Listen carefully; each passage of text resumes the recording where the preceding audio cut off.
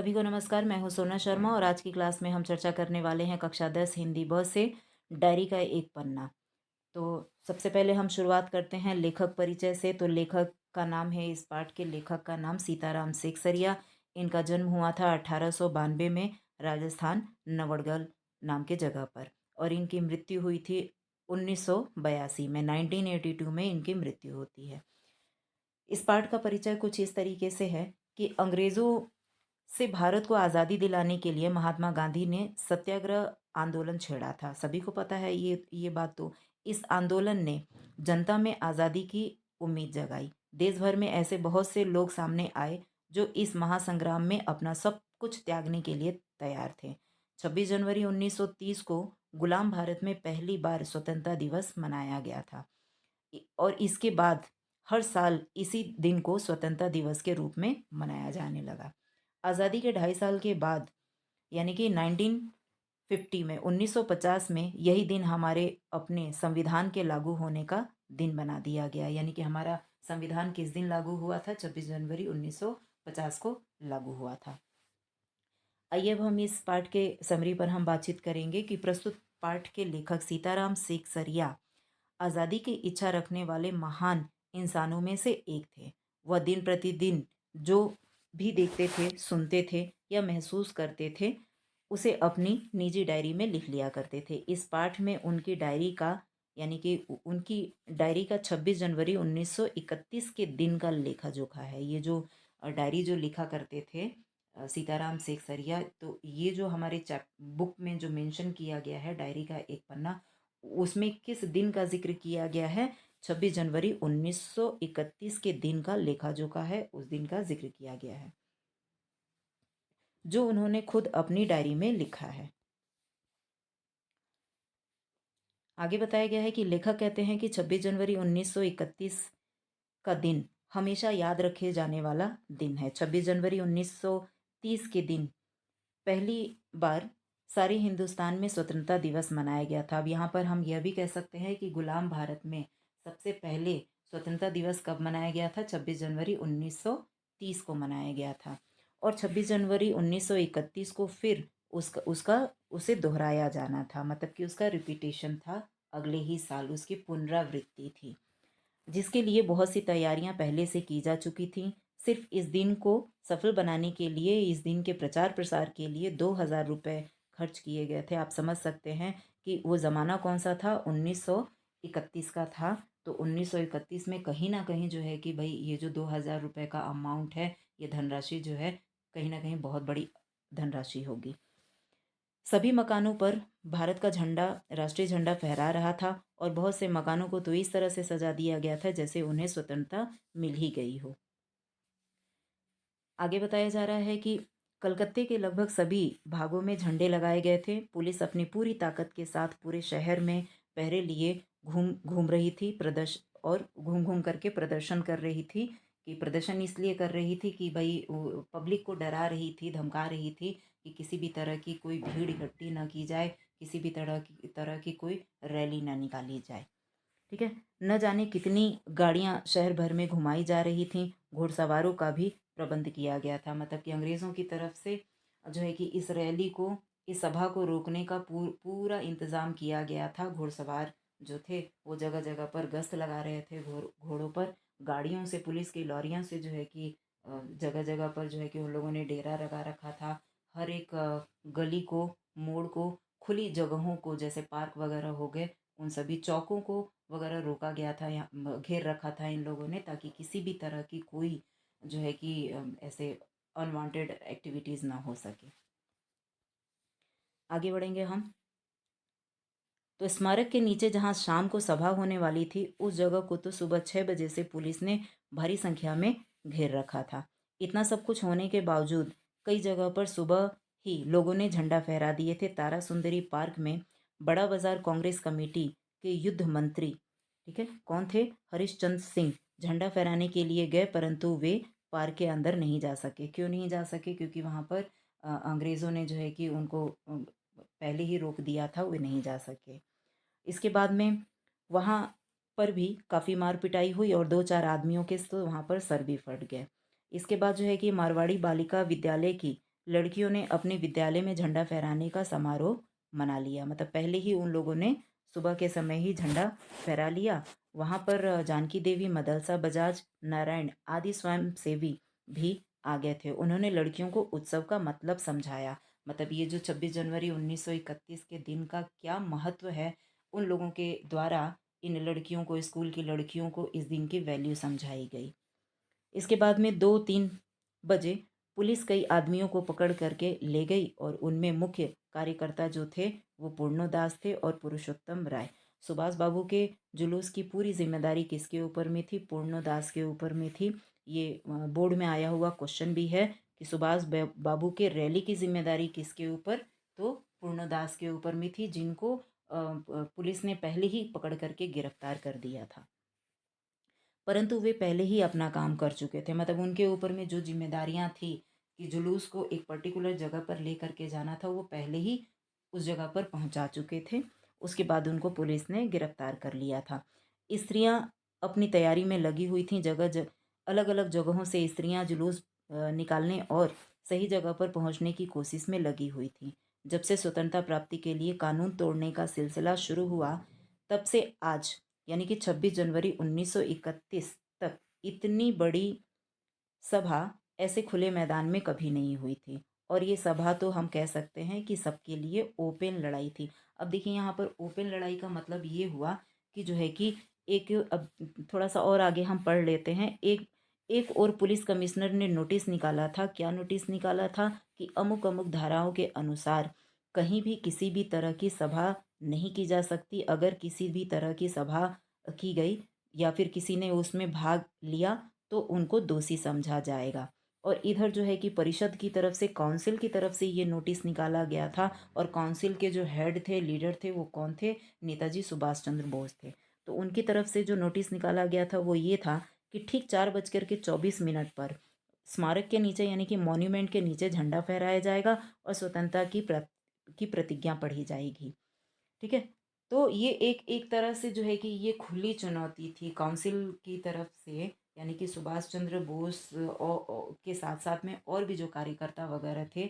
ये अंग्रेज़ों को एक तरह का ओपन चैलेंज था, खुली चुनौती थी कि अंग्रेज़ों ने जो एक नोटिस निकाला हुआ था, पुलिस कमिश्नर की तरफ से नोटिस निकाला गया था कि अमुक अमुक धाराओं के अनुसार किसी भी तरह की कोई रैली नहीं होगी, किसी भी तरह का कोई सभा का आयोजन नहीं किया जाएगा, और यदि कानून तोड़ने का काम किया गया तो उनको सजा दिया जाएगा। और इस चीज़ को मुंह तोड़ जवाब देते हुए काउंसिल की तरफ से यह नोटिस निकाला गया था सुभाष चंद्र बोस और भी अन्य कार्यकर्ताओं की तरफ से कि जो है कि 26 जनवरी 1931 के दिन मॉन्यूमेंट के नीचे झंडा 4:24 पर झंडा फहराया जाएगा और भारी संख्या में आकर के इस दिन को सफल बनाए और आज़ादी की प्रतिज्ञा भी पढ़ी जाएगी। आगे बढ़ते हैं हम। तो यहाँ पे सभी लोगों को उपस्थित रहने के लिए कहा गया था। ठीक 4:24 पर सुभाष बाबू अपना जुलूस लेकर के मैदान की ओर निकले। जब वे लोग मैदान के मोड़ पर पहुंचे तो पुलिस ने उनको रोकने के लिए लाठी चलाना शुरू कर दिया। बहुत से लोग घायल हो गए। सुभाष बाबू पर भी लाठियां पड़ी, परंतु फिर भी सुभाष बाबू जोर जोर से वंदे मातरम बोलते जा रहे थे। इस इस तरफ इस तरफ इसी तरह का माहौल जो है हर तरफ दिखाई दे रहा था। और दूसरी तरफ स्मारक के नीचे सीढ़ियों पर स्त्रियां झंडा फहराने का काम कर रही थी। मतलब कि जब सुभाष बाबू के ऊपर में जब लाठीचार्ज किया गया तो उनके हाथों से छूट करके झंडा नीचे गिर पड़ा। तो वहाँ से महिलाओं ने, स्त्रियों ने जो है कि वहाँ से झंडा उठाया और वो लेकर के वंदे मातरम का नारा लगाती हुई वो मॉन्यूमेंट तक पहुंची। और फिर उसके बाद से उन्होंने झंडा फहराया और आज़ादी की प्रतिज्ञा पढ़ी, स्वतंत्रता की प्रतिज्ञा पढ़ी। स्त्रियां बहुत संख्या में वहां पर इकट्ठी हो चुकी थी। सुभाष बाबू को भी पकड़ लिया गया और गाड़ी में बैठा करके लाल बाजार लॉकअप में भेज दिया गया। कुछ देर के बाद ही स्त्रियां वहां से जन समूह बना करके, यानी कि बहुत भीड़ बना करके इकट्ठी होकर के, और वे आगे बढ़ने लगी। उनके साथ बहुत बड़ी भीड़ भीड़ इकट्ठी हो गई थी। पुलिस बीच बीच में लाठी चार्ज करती रही। और फिर उसके बाद में इस बार भीड़ ज़्यादा थी तो बहुत सारे लोग जो थे वो घायल भी हुए और धर्मतल्ले के मोड़ पर आकर के जुलूस टूट गया। ये भी क्वेश्चन है। आया हुआ है बोर्ड में कि जो है कि धर्मतल्ले के डायरी का एक पन्ना पाठ में धर्मतल्ले के मोड़ पर आकर के जुलूस क्यों टूट गया। तो भाई यहाँ पर तो कॉमन सेंस की बात है कि अंग्रेज़ जो है वो कार्यकर्ताओं के ऊपर में लाठीचार्ज कर रहे थे और इसकी वजह से जो है कि जुलूस टूट गया।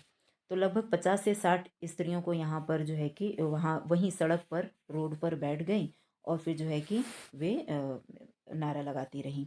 उन स्त्रियों को लाल बाज़ार ले जाया गया, गाड़ी में भर करके उनको लाल बाज़ार ले जाया गया और भी कई आदमियों को गिरफ्तार कर लिया गया। मदलसा जो जानकी देवी और जमुना लाल बजाज की पुत्री थीं, उन्हें भी वहाँ पर गिरफ्तार कर लिया गया। इस उसके बाद में मालूम हुआ कि उनको थाने में भी मारा गया। मतलब देखिए महिलाओं के ऊपर भी कितनी बुरी तरीके से अत्याचार किया गया कि महिलाओं को जेल में ले जा करके और उन पर लाठीचार्ज किया गया, उनको मारा गया।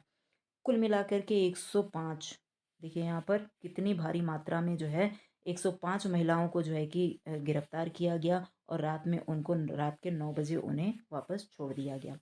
कलकत्ता में इससे पहले इतनी स्त्रियों को एक साथ कभी भी गिरफ्तार नहीं किया गया था। डॉक्टर दासगुप्ता उनकी देखरेख कर रहे थे। अब देखिए जो लोग घायल हुए थे इस दिन पर 26 जनवरी 1931 के दिन पर कलकत्ता में जिन लोगों के ऊपर में लाठीचार्ज किया गया था, उन लोगों के लिए पहले से जो है कि सारी तैयारियां की गई थी कि भाई जब इतनी भारी मात्रा में जुलूस निकाली जा रही है तो ज़रूर जो है कि अंग्रेज़ कुछ ना कुछ टॉर्चर करेंगे और जब टॉर्चर करेंगे तो लोग घायल होंगे। तो इसलिए जो है कि जो कार्यकर्ता थे उनकी तरफ से जो है कि शिविर वगैरह का आयोजन किया गया था जिसमें इन घायल लोगों का ट्रीटमेंट चल रहा था। और उसमें ही जो एक व्यक्ति थे जिनका नाम है डॉक्टर दास गुप्ता, वे उनका ट्रीटमेंट कर रहे थे, उनकी देखरेख कर रहे थे और साथ ही उनके फ़ोटो भी उतार रहे थे। अब देखिए वो फ़ोटो क्यों उतार रहे थे, ठीक है? आपको क्या लगता है कि क्यों फ़ोटो उतारे? वो अंग्रेज़ों के अत्याचार से पूरे देश को जो है कि जागरूक कराना चाहते थे कि अंग्रेज़ जो है हमारे ऊपर इस तरीके से अत्याचार करते हैं। आगे बढ़ेंगे। उस समय तो 67 आदमी वहाँ पर थे, परंतु बाद में 103 तक पहुँच गए थे। इतना सब कुछ पहले कभी नहीं हुआ था, मतलब कि ये जो कलकत्ता में ये जो सीन देखने को मिला था, ये पहले कभी देखने को नहीं मिला था। लोगों का ऐसा प्रचंड रूप पहले किसी ने नहीं देखा था। बंगाल या कलकत्ता के नाम पर जो कलंक था कि यहाँ पर स्वतंत्रता में कोई काम नहीं हो रहा, मतलब कि स्वतंत्रता दिलाने के लिए उन उन उन लोगों की तरफ से, कलकत्ता वासियों की तरफ से किसी तरह की कोई क्रियाकलाप, कोई एक्टिविटी नहीं हो रही है। तो आज ये कलंक जो है वो कलकत्ता वासियों के ऊपर से धुल गया और लोग सोचने लगे कि यहाँ पर भी स्वतंत्रता के विषय में काम किया जा सकता है। मतलब कि ये कलकत्ता वासियों का भी जोश, उमंग, उत्साह जो है कि बाकी देशवासियों से कम नहीं था, बढ़ चढ़ करके था। और कहीं न कहीं हम कह सकते हैं कि इस दिन को सफल बनाने के लिए कलकत्ता वासियों का जो योगदान था, इसकी वजह से उन लोगों के ऊपर लगा हुआ कलंक हमेशा-हमेशा के लिए मिट गया। तो प्रस्तुत पाठ के लेखक सीताराम सेकसरिया आज़ादी की इच्छा रखने वाले उन्हीं महान इंसानों में से एक थे।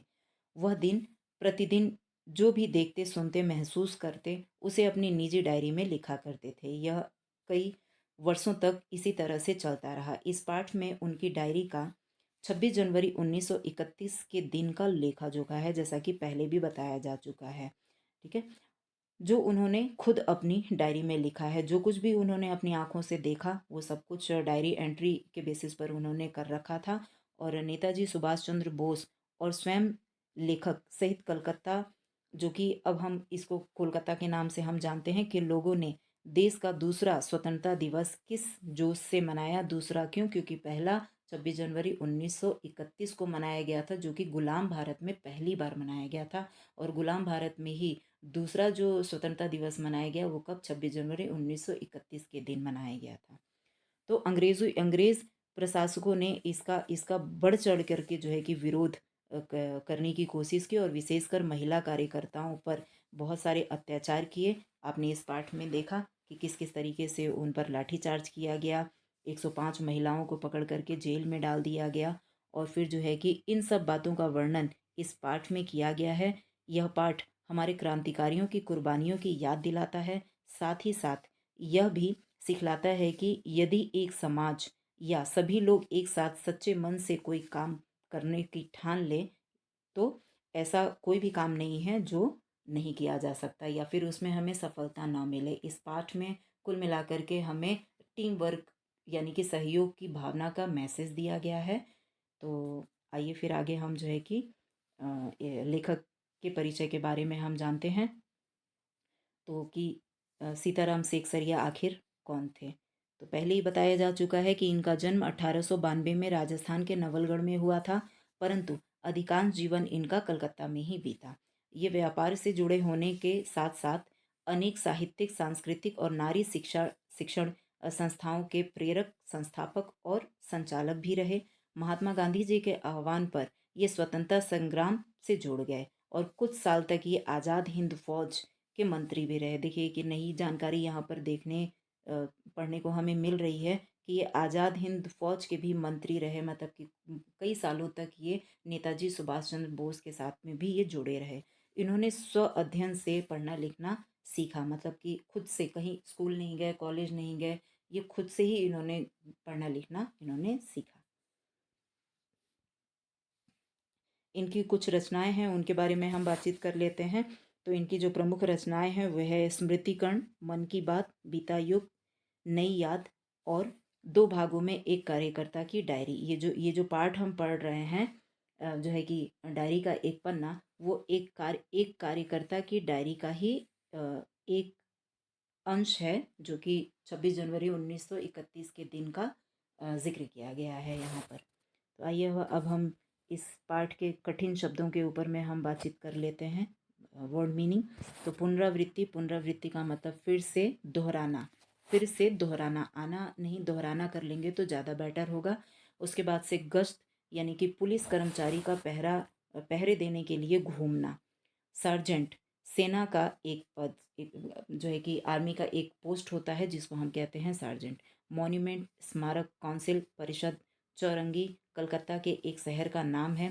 वॉलेंटियर यानी कि स्वयं सेवक। संगीन मतलब गंभीर। और मदलसा, जानकी देवी और जमुना लाल बजाज की बेटी का नाम था। तो ये था हमारा पाठ, डायरी का एक पन्ना। आशा करती हूँ कि आप बच्चों को बहुत अच्छी तरीके से समझ में आ गया होगा। मिलते हैं हम अपने अगली वीडियो में, तब तक के लिए नमस्कार।